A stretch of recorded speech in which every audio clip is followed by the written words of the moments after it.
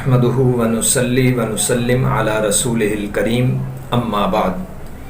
فاعوذ بالله من الشيطان الرجيم بسم الله الرحمن الرحيم اللهم صل على سيدنا ومولانا محمد وعلى آل سيدنا ومولانا محمد وبارک وسلم وصلی علیہ۔ اپنی گفتگو شروع کرنے سے پہلے حسب معمول اس بندہ ناچیز نے حضور کی ذات اقدس پر ایک مرتبہ درود شریف پڑھا۔ میں آپ سے بھی گزارش کروں گا کہ جیسے ہی میری ویڈیو شروع ہو تو براہ کرم آپ بھی حضور کی ذات اقدس پر ایک مرتبہ حصول برکت کے لیے درود شریف ضرور پڑھ لیا کریں۔ جزاکم اللہ خیرہ۔ ناظرین، جیسا کہ آپ حضرات جانتے ہیں کہ الحمدللہ میں ایک مستقل قسم کے موضوع پر پچھلی کئی ویڈیوز کے اندر گفتگو کر چکا ہوں، اور میری یہ مزید گفتگو جاری ہے قسم کے متعلق کہ قسم کے شرعی احکامات کیا ہیں۔ یقیناً ہم کم علمی کی وجہ سے اور ناسمجھی کی وجہ سے ہمارے بہت سے دوست احباب جو ہے اس مسئلے کے اندر کثرت کے ساتھ جو ہے وہ غلطی پر غلطی کرتے ہیں۔ تو اس لیے اللہ رب العزت نے مجھ بندہ ناچیز کو جتنا علم کی دولت سے نوازا ہے، تو میرا یہ فرض بنتا ہے کہ میں اپنا اللہ پاک کا یہ دیا ہوا علم، اس کی عطا کی ہوئی اس نعمت کا میں حق ادا کروں۔ تو سامعین محترم، میں نے گزشتہ ویڈیو میں حضور کی 2 احادیث مبارکہ کی روشنی میں قسم کے متعلق آپ کے سامنے چند منٹ جو ہے وہ گفتگو کی ہے۔ آج کی ویڈیو میں بھی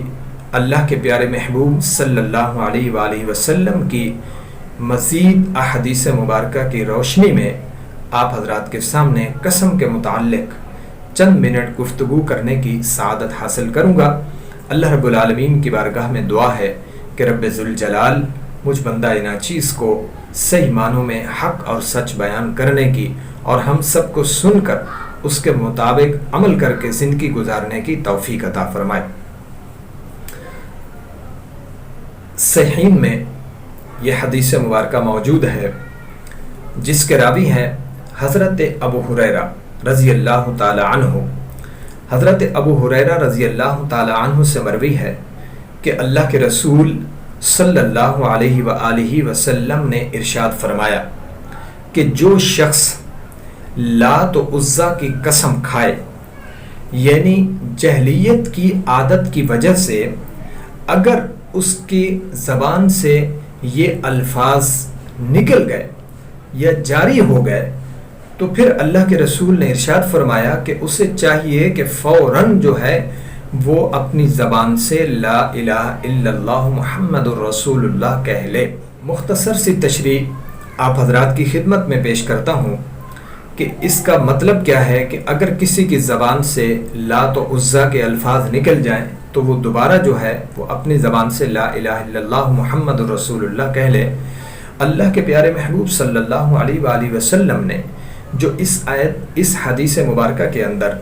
ہمیں نصیحت فرمائی قسم کے متعلق، وہ یہ ارشاد فرمائی ہے کہ ایک وہ ایسا شخص جو پہلے غیر مسلم تھا، یعنی کہ شروع سے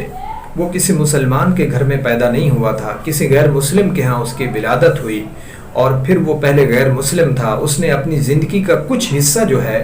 وہ اپنا غیر مسلمی کے دور کے اندر گزارا ہے۔ اب وہ اس کے اندر وہ ایک زمانہ جہلیت والی یا غیر مسلموں والی عادتیں تھیں، لیکن اللہ رب العالمین نے اس پر کرم فرمایا اور اسے ایمان کی دولت نصیب فرمائی۔ اور جب اللہ نے اسے ایمان کی دولت نصیب فرمائی اور وہ کلمہ پڑھ کر جب دائرہ اسلام میں داخل ہو گیا، اب وہ اہل ایمان میں شامل ہو گیا۔ اب اس کے اندر کیونکہ وہ غیر مسلموں والی عادتیں تھیں، تو جب اسے کسی بات پر اپنے کسی کام کی وجہ سے، کسی بات کی وجہ سے جب قسم اٹھانے کی ضرورت پیش آئی، تو اس کے اندر وہ جو غیر مسلم والی عادت تھی جس کے اندر اس نے زندگی پہلے گزاری ہوئی تھی، وہ عادتیں اس کے اندر تھیں، یعنی کہ وہ چیزیں وہ اس کے دماغ کے اندر تھیں، وہ باتیں اس کے دماغ میں تھیں، اور وہ جب غیر مسلم تھا تو اس وقت وہ جن کی پوجا کیا کرتا تھا، تو وہ چیزیں جو اس کے دماغ میں تھی، تو یہ جان بوجھ کر نہیں، انجانے میں قسم اٹھاتے وقت اس کی زبان سے اگر لات و عزا کے اس قسم کے اگر کوئی الفاظ نکل گئے. لات و عزا جو ہے یہ بتوں کے نام ہوا کرتے تھے. اس وقت لوگ اپنے اپنے بتوں کے نام رکھتے تھے. کوئی لات رکھتا تھا، کوئی عزا رکھتا تھا، اور کوئی شادی رکھتا تھا. مختلف بتوں کے نام ہوا کرتے تھے. تو اگر اس کی زبان سے انجانے میں بغیر ارادے کے، غیر ارادے کے، جان بوجھ کر نہیں، بغیر ارادے کے اگر اس کی زبان سے ایسے الفاظ نکلے، تو اللہ کے محبوب نے ارشاد فرمایا کہ اسے چاہیے کہ وہ فوراً جو ہے اپنی زبان سے دوبارہ لا الہ الا اللہ کہہ لے، وہ دائرہ اسلام سے خارج نہیں ہوگا. تو سامعین محترم ذرا دیکھیے، سبحان اللہ، الحمدللہ، کہ اللہ رب العزت کے پیارے محبوب نے ہمیں کتنی پیاری اور خوبصورت بات جو ہے اس حدیث مبارکہ کے اندر ہمیں ارشاد فرمائی. اور قسم کے متعلق اب وہ میرے دوست احباب جو اہل علم نہیں ہے، جن کے پاس دین کا علم نہیں ہے، یا وہ دین سے دور ہیں، تو یقیناً وہ ان معاملات کو نہیں جانتے ہوں گے کہ اگر ہماری زبان سے معاذ اللہ اگر کوئی ایسے الفاظ کفریہ کلمات نکل جاتے ہیں تو ہمیں کیا کرنا چاہیے. تو اس لیے میرے بھائیوں، ہمیں کوشش کرنی چاہیے کہ دین کے معاملات کو سمجھنا چاہیے، اور جہاں تک ممکن ہو